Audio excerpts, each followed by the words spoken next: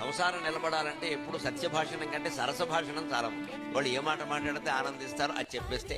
ఒక ఏడాది తర్వాత మనం పెద్ద సోఫా కొనుక్కుందామే అంటుంది భార్య. తప్పకుండాను అండమే. అయిపోయే ఏడాది తర్వాత మనం చూసుకుందాం రాజెవరో మంత్రి ఎవరో. ఈ గొడవ పెట్టుకుని చికాకున్న పెద్ద మనిషి ఏమంటాడు, ఇప్పుడు నీకు అది ఒకటే తక్కువైంది ఇక్కడ, ఈ ఏడాది నరకం కదా, ఎందుకు వచ్చిన మాట వదిలేరాదా? తప్పకుండా 1-200 అయిపోయి. నువ్వు అబద్ధం ఆడామని నేను ఎవరు అరెస్ట్ చేసి లోపల పట్టరు. శాస్త్రం కూడా అది తప్పని చెప్పలా.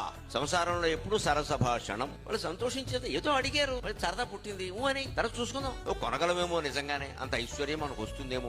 ఎప్పటికే వాళ్ళు అప్పుల్లో ఉన్నాం, నీకు అన్ని పనికి పనుల కొరకులు మీ నాన్న ఇచ్చాడు. వాళ్ళ నాన్న కూడా ఎందుకంటే మధ్యలో ఈ సత్యం చెప్పడం అలవాటు అయితే మంచిదే మిత్రమా. ఇంత కొండ బద్దలు కొడితే సంసారం బద్దలైపోతుంది. ఎందుకు అంత బద్దలు కొట్టడం? మామూలుగా చెప్పరాదా? సంతోషిస్తారు. తర్వాత బహుశా ఒక 6 నెలలు అయ్యేసరికి ఏం కొంటాం సోఫా అని వాళ్ళే అంటారు. నమశివాయ అయిపోయాయి. ఇదే సత్యము వృతము. సత్యమే, నువ్వు చెప్పేది సత్యమే. దాన్ని కాస్త ఎదుటివాడు మరీ గాయపడకుండా సంతోషించేలా